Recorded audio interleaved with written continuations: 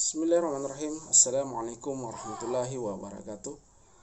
Apa kabar rekan-rekan semua? Salam sejahtera buat semua. Selamat pagi. Pada hari ini kita akan memilih kurban, di mana akan melibatkan semua rekan-rekan di setiap area. Tentunya ini menjadi sebuah sejarah buat kita semua, di mana di dalam pemilihan kali ini akan melibatkan rekan-rekan Satbam di setiap area. Sebelum kita memasuki tahap mencasarinya, saya ingin mengutip sebuah kalimat yang sangat bijak dari teman saya sekaligus guru saya, di mana kalimatnya seperti ini: semenjak kita dilahirkan, kita itu sebenarnya sudah ditakdirkan oleh Allah Subhanahu wa taala untuk menjadi seorang pemimpin. Baik itu memimpin diri sendiri, memimpin di dalam keluarga, maupun memimpin orang lain.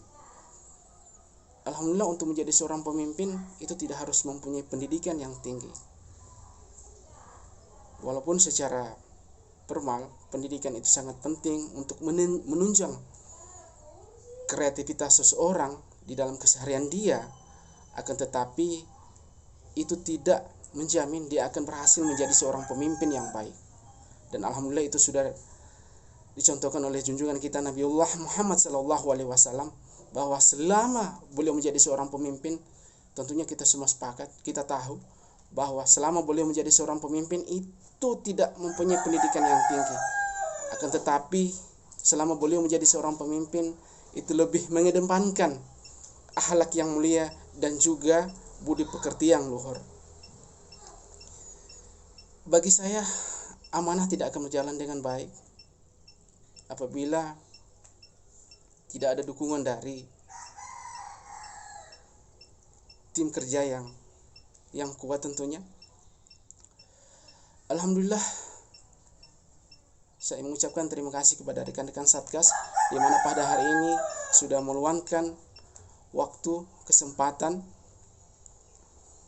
untuk memberikan partisipasinya, baik itu secara langsung maupun tidak langsung.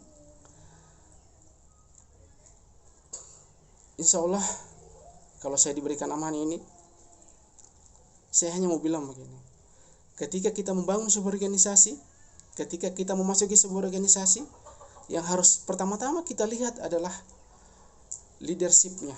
Apabila di dalam sebuah organisasi itu leadershipnya buruk, tentunya organisasi itu tidak akan bertahan lama. Akan tapi kalau leadershipnya baik, saya yakin organisasi itu akan bertahan lama tentunya.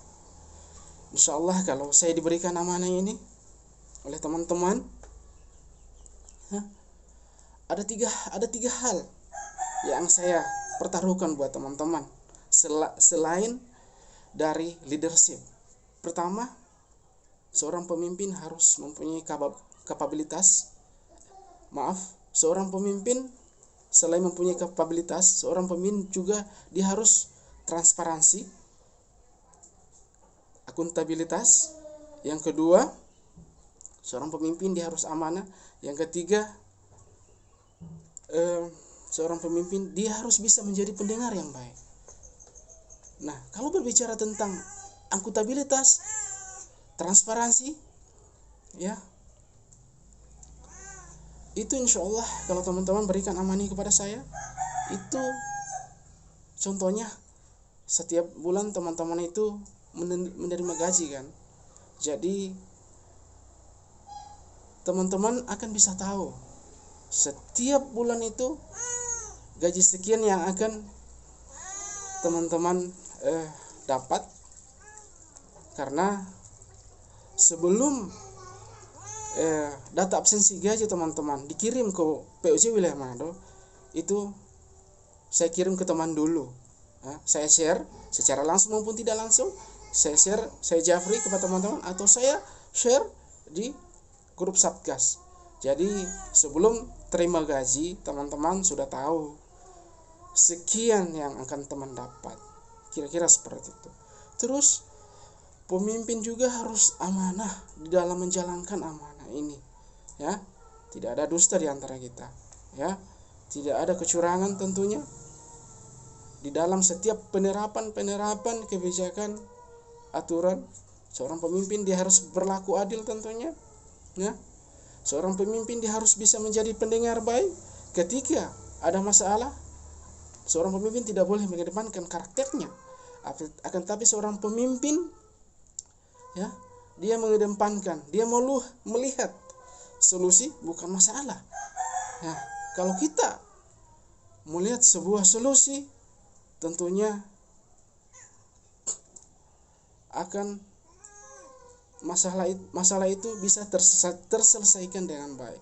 Tentunya dengan menampilkan, mengedepankan musyawarah. Dari musyawarah kita menghasilkan sebuah mufakat tentunya. Nah, manajemen puncak, perusahaan kita, pimpinan kita, saya dan teman-teman punya tujuan dan harapan yang sama. Nah, agar tujuan dan harapan itu berjalan dengan baik, tentunya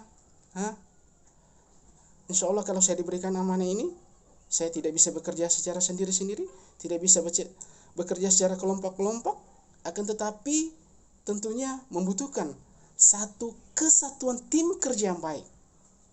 Ya, itu yang pertama. Nah, yang kedua adalah, insya Allah kalau saya diberikan amanah ini, seorang pemimpin agar tujuan itu bisa berjalan dengan baik, harapan ini berjalan dengan baik, seorang pemimpin dia harus bisa menjadi pendengar yang baik tentunya teman-teman. Ya, harus ada saran. Ketika ada saran unek-unek yang ingin disampaikan oleh teman-teman, walaupun saran unek-unek itu sifatnya kritik, seorang pemimpin dia harus bisa menjadi pendengar yang baik. Seorang pemimpin dia harus humble, ya, harus rendah hati, jangan mengedepankan karakternya. Jangan karena diberikan amanah ini, dia akan otoriter, ya, dia tidak adil dalamnya. Nah, apabila saya diberikan amanah ini, di masa kepemimpinan saya otoriter, saya tidak adil, banyak kecurangan, ada kebijakan-kebijakan yang tidak ada keadilan di dalamnya, maka teman-teman punya hak veto. Mengapa saya katakan demikian? Karena teman-teman yang memilih dan teman-teman yang berhak, ya, untuk menggantikan saya, mencari yang lebih baik dari saya tentunya. Nah, bagi saya pribadi, ya, kita semua sama teman-teman. Yang membedakan hanyalah amanah yang diembankan oleh teman-teman kepada saya. Insya Allah kalau saya diberikan amanah ini, nah, selanjutnya adalah, ya, tentunya kita semua tahu, kita sepakat bahwa insentif dari seorang korpam, alhamdulillah dari awal tahun ini sudah naik, ya, dari sekian ratus ribu, ya. Insya Allah kalau saya diberikan amanah ini, ya, sebagian saya sisipkan untuk kita, untuk pelatihan kita, binsik kita, di mana binsik ini saya akan adakan insya Allah di lapangan futsal. Setiap bulan kita 1-2 kali kita binsik di lapangan futsal. Jadi teman-teman hanya tinggal datang saja, binsik, anggarannya untuk lapangan futsal maupun konsumsi itu adalah menjadi tanggung jawab. Dan insya Allah kalau saya diberikan amanah ini, saya akan bangun komunikasi yang baik dengan Satgas di CP Bastion, dan saya sudah lakukan hal-hal itu. Nah, yang terakhir adalah, ya,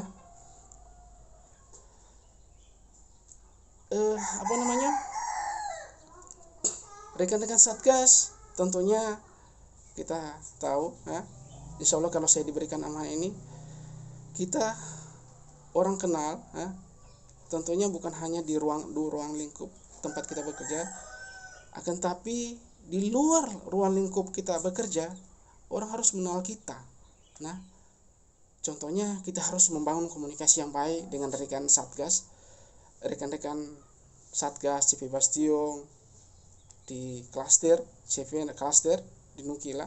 Bukan hanya itu saja, kita membangun komunikasi yang baik hubungan yang baik dengan rekan-rekan satpam di setiap area dimanapun saja berada, di setiap instansi perusahaan, dan saya alhamdulillah sudah lakukan itu. Nah, sebab kita tahu sekarang ini sudah terbentuk sebuah wadah,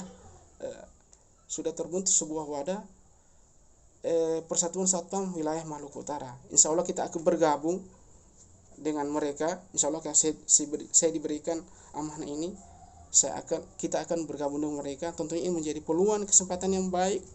Kita akan bergabung dengan mereka karena kita akan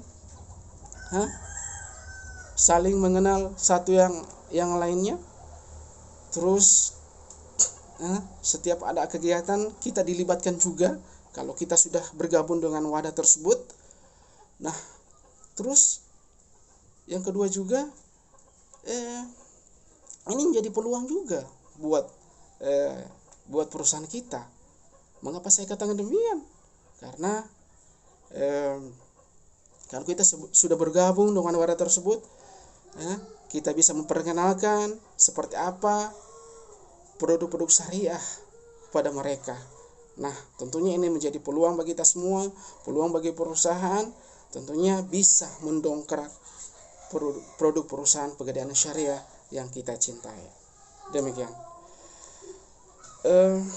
Kepada teman-teman Satgas